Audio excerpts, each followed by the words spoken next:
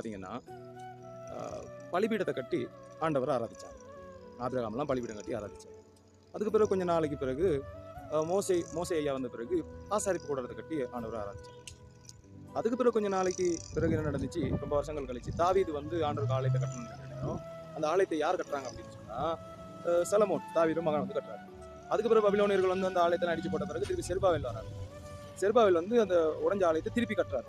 அதுக்கிட்ட 20 வருஷம் போகுது.